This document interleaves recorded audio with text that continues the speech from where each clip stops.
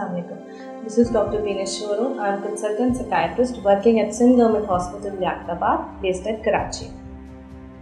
Today we are going to have a talk on depression. Depression जिसको हम आम ज़बान में उदासी या यासियत की बीमारी कहते हैं. Normally भी हम सबका मूड फ्लक्चुएट करता है and everyone experiences some highs and lows in their life. अगर वो consistently है, persistently है and it interferes with your daily life activities, then you need to check on it. If it is estimated that around 10% of people in the world कभी ना कभी life में सफ़र करते हैं from depression. It is estimated that almost 10% of people in the world suffer from depression. Pakistan में recent statistics के हिसाब से तकरीबन 4 in every 10, हर 10 में से चौथा बंदा जो है वो सफ़र कर रहा है डिप्रेशन से. और अब तो ये कहा जा रहा है कि दुनिया में जितनी भी बड़ी बड़ी बीमारियां हैं उनमें डिप्रेशन जो है अमंग टॉप 10 से सेकंड नंबर पे आ रही है after the cerebrovascular diseases, after the cardiovascular diseases. Depression एक ऐसी बीमारी है जो ना सिर्फ आपकी फीलिंग्स को बल्कि आपकी सोच और आपके बिहेवियर को भी बुरी तरह अफेक्ट करती है. इसमें सबसे पहले जो चीज़ डिस्टर्ब होती है वो आपकी फीलिंग्स हैं. यू स्टार्ट थिंकिंग लाइक कि मैं डिप्रेस हूँ. इसमें फ्रस्ट्रेशन भी आ जाती है, एजिटेशन भी आ जाती है, आप एंशियस भी हो जाते हैं, डर भी लगता है, आपको गिल्ट वाली फीलिंग्स भी आती हैं और आपको ऐसे भी लगता है कि ज़िंदगी बस ख़त्म होने वाली है. When you think so negative तो अल्टीमेटली आपके थॉट्स अफेक्ट होते हैं. थॉट्स में आपके जो बेसिक थॉट्स चेंज होते हैं वो ऐसे होने लगते हैं कि मैं तो शायद कोई फेलियर हूँ या ज़िंदगी में इससे आगे कुछ नहीं है, मेरी कोई वैल्यू नहीं है, आई एम वर्थलेस, मैं कुछ कर नहीं सकता, ज़िंदगी में सब कुछ बुरा मेरे ही साथ क्यों होता है. और जब आप कॉन्स्टेंटली वैसे सोचते रहते हैं तो आपके एक्शंस में चेंजेस आती हैं, आप में कुछ फिजिकल सिम्टम्स आते हैं. जैसे आपको हेडेक शुरू हो जाता है, मसल एचेस शुरू हो जाते हैं, आपका किसी काम का दिल नहीं लगता, वो एक्टिविटीज़ जिनको आप पहले बहुत ज़्यादा एंजॉय करते थे अब आपके लिए वो इम्पोर्टेंट नहीं रहती या वो करने की आप में हिम्मत नहीं होती. और जैसे जैसे ये बढ़ता जाता है वैसे वैसे आप फैमिली से, सोशल सर्कल से, दोस्तों से कटते जाते हैं, आप आइसोलेट हो जाते हैं, अपने आप को कहीं एक जगह बंद कर लेते हैं, आप बाहर जाना छोड़ देते हैं, गैदरिंग्स अवॉइड करते हैं, जो भी इंजॉयबल एक्टिविटीज़ होती हैं उसको अवॉइड करते हैं. और अगर आपकी पर्सनैलिटी में कुछ है तो फिर आप ड्रग्स या अल्कोहल की तरफ भी जा सकते हैं. फिजिकल सिम्टम्स में आप हर वक्त टायर्ड खुद को फील करते हैं, फटीग फील करते हैं कि मुझसे कुछ होगा नहीं, मैं कुछ कर नहीं पा रहा. उसके बाद आपके बायोलॉजिकल सिम्टम्स आते हैं, आपकी नींद डिस्टर्ब होती है, आपकी एपेटाइट डिस्टर्ब होती है, आपकी और पर्सनल लाइफ की सारे इंपॉर्टेंट चीज़ें डिस्टर्ब होती हैं, आपका वेट बहुत अफेक्ट होता है, या तो वेट लॉस होता है या वेट गेन होता है. If you talk about the causes of depression, depression किसी सिंगल मोडालिटी की वजह से नहीं होता. Broadly speaking it is a combination of biological, social and psychological factors.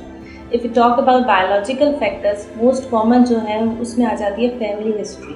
अगर आपकी फैमिली में आपके पेरेंट्स को, आपके सिबलिंग्स को या क्लोज फैमिली मेम्बर्स में किसी को डिप्रेशन है तो जेनेटिकली आप ज़्यादा प्रोन हो डिप्रेशन के. बट इट डजंट मीन कि अगर किसी फैमिली में किसी को है तो हमेशा और ऑलवेज ही आपको होगा, ऐसे नहीं है. लेकिन आपकी प्रोननेस टूवर्ड्स इलनेस बढ़ जाती है. उसके बाद हम देखते हैं पर्सनैलिटी. कुछ लोग होते हैं दे आर मोर टूवर्ड्स कैटिस्टनेस ना, ज़्यादा प्रोन होते हैं डिप्रेसिव थाट्स को, नेगेटिव थाट्स को. वो उनकी चाइल्डहुड से अपब्रिंगिंग होती है, उसमें पेरेंटिंग का भी रोल होता है और जो उनके पेयर्स होते हैं उनके साथ वो रहते हैं और उन्होंने किस तरीके से उनकी सुपर ईगो डेवलप होती है, that also plays a role.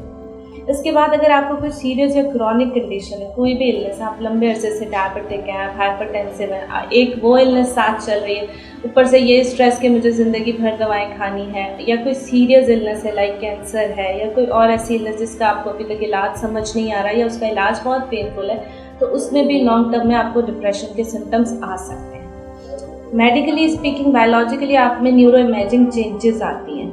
आपके ब्रेन के कुछ सर्किट्स होते हैं जो सही तरीके से काम नहीं कर रहे थे, like amygdala, hippocampus, prefrontal cortex, ये सब हम न्यूरो इमेजिंग पे चेंजेस देख सकते हैं. And finally comes the most important role of neurotransmitters जो फिर ड्रग्स का टारगेट बनते हैं, जिन पर हम ड्रग्स एक्ट करती हैं और वो फिर फ्रूटफुल रिजल्ट्स आते हैं इन depressive patients.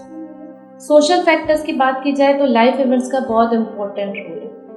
Specifically loss of spouse और अ लव्ड वन या डिवोर्स होती है या सेपरेशन होती है, या अनएम्प्लॉयमेंट है, या रिसेंटली आपको जॉब से डिसमिसल किया गया, आपकी लाइफ में कोई बड़ा चेंज आया है, ऑल ऑफ अ सडन आप पहले इमिग्रेट करते हो, even if it is positive, आपकी शादी भी हो रही है, आपके बच्चे भी पैदा हो रहे हैं, but you may gate chemical disturbance and ultimately into depression.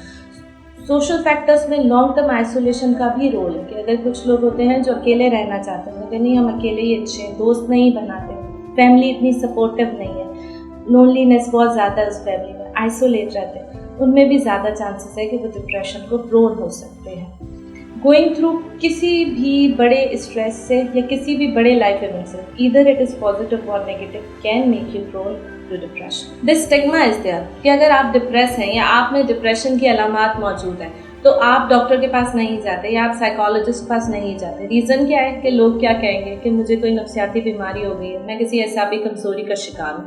But does it matter? Does it really matter? क्योंकि जिस तकलीफ से आप सफ़र कर रहे हैं, जिस पेन से आप गुजर रहे हैं, वो मिजरी आपके साथ रहने वाले वो सोच भी नहीं सकते। वो सिर्फ आपको देख रहे हैं और आपको एडवाइस दे रहे हैं। आपके प्रॉपर मेडिकेशन या आपका इलाज डॉक्टर या साइकोलॉजिस्ट के पास है। अब बीमारी की नौइयत पे डिपेंड करता है कि उसका इलाज कैसे होगा। इसमें अगर आपको माइल्ड सिम्टम्स हैं, माइनर सिम्टम्स हैं, तो आप अपनी कैफियत को बेहतर तौर पे समझ सकते हैं, या आप ये समझ सकते हैं कि मैं पहले ऐसा नहीं था, अब ये मुझ में कुछ तब्दीलियाँ आई हैं, तो आपका इलाज बहुत अच्छे तरीके से साइकोलॉजिस्ट के पास भी हो सकता है और साइकियाट्रिस्ट के पास भी हो सकता है। डिप्रेशन के इलाज के लिए 2 मोडालिटीज़ हैं, इधर साइकोथेरेपी और साइकियाट्रिस्ट के पास जाना। Psychotherapy is like talking therapies, जैसे कि CBT कॉग्निटिव बिहेवियर थेरेपी, कि आपकी जो सोचें हैं, आप में जो कॉग्निटिव एरर्स डेवलप हो गए उनको चेंज किया जाए फ्रॉम द रूट्स। आप जिस तरीके से सोचते हैं, it puts very great impact on the patient. और फिर साइकाट्री की बात आती है कि जहाँ पर आपकी कंडीशन मॉडरेट से सिवियर हो रही है, जब आपको लग रहा है सिम्टम्स बढ़ रहे हैं और आपकी डे टू डे एक्टिविटीज़ को अफेक्ट कर रहे हैं या आपकी क्वालिटी ऑफ लाइफ डिस्टर्ब हो रही है, तो आप मेडिसिन को स्विच करते हैं। अच्छा तो यह है कि आप इन दोनों ट्रीटमेंट्स को हैंड इन हैंड कंटिन्यू करें, साइकोलॉजिस्ट के साथ CBT और साइकियाट्रिस्ट की medicinal treatment. It affects a lot.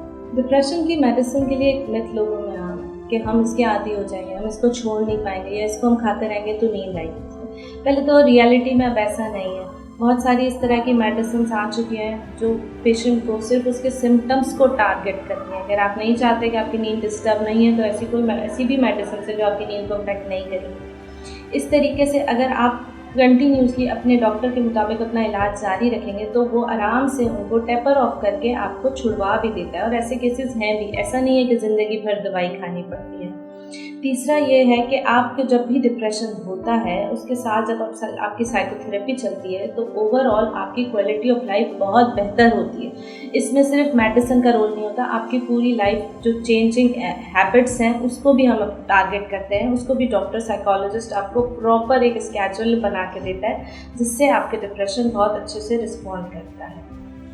इसीलिए अगर आप में या आपके किसी करीबी में आपको लगता है डिप्रेशन की अलामात हैं या वो एसाबी तौर पर ज़हनी तौर पर डिस्टर्ब है तो उसे ज़रूर अपने किसी करीबी साइकियाट्रिस्ट या साइकोलॉजिस्ट को दिखाएं। ये पैगाम आपकी फलाह व बहबूद के लिए मार्टिन डाउमर्गर की तरफ से पेश किया गया है। शुक्रिया।